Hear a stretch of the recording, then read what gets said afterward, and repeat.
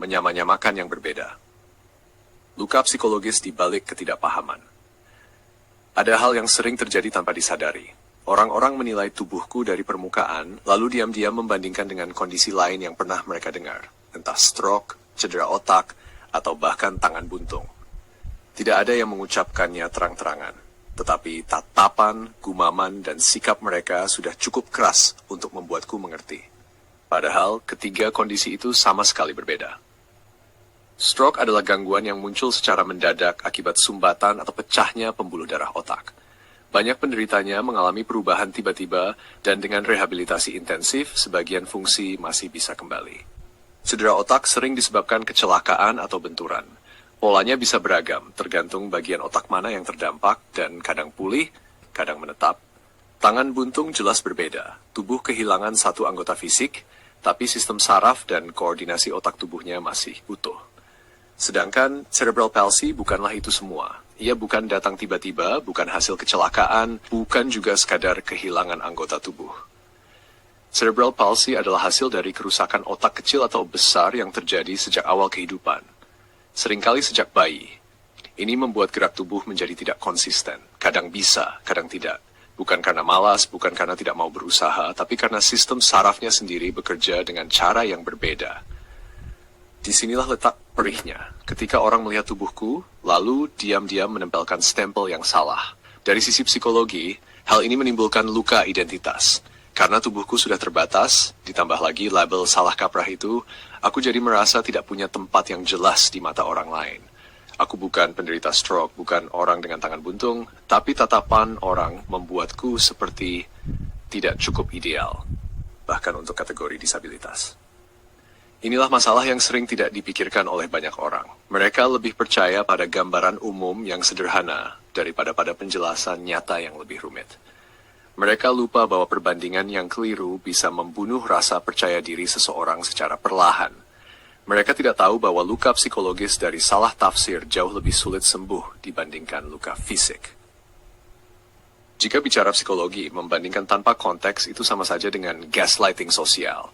Membuat seseorang meragukan dirinya sendiri karena realitas yang ia alami berbeda dengan label yang orang lain pasangkan. Aku sendiri sering bertanya, apakah aku ini tidak cukup baik bahkan untuk disebut disabilitas? Pertanyaan itu lahir bukan dari tubuhku, tapi dari tatapan orang yang menukar kondisi berbeda, seolah-olah sama.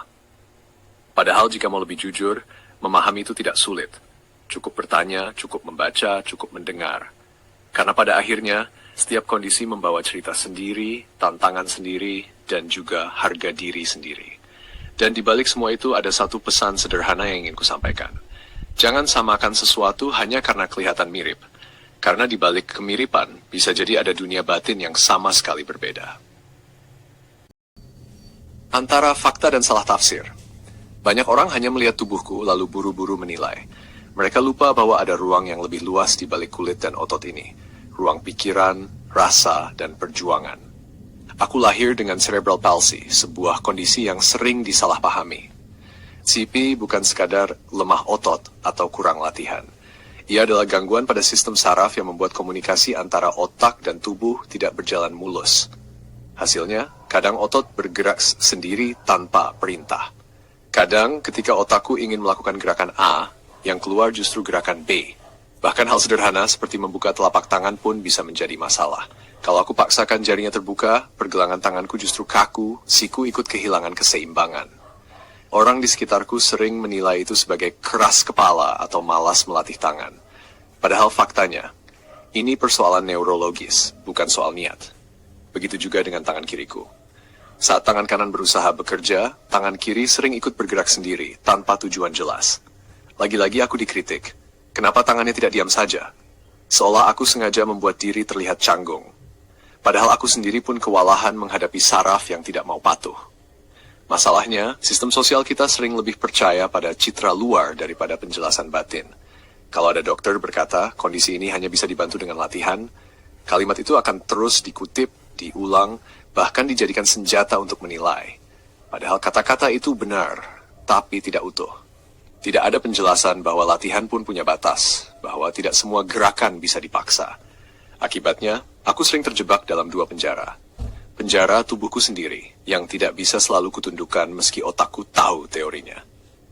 Penjara pandangan keliru orang lain yang menilai niat dan karakterku tanpa mau melihat konteks utuh. Dan di antara dua penjara itu, aku tumbuh dengan lapisan-lapisan salah tafsir yang menempel di diriku.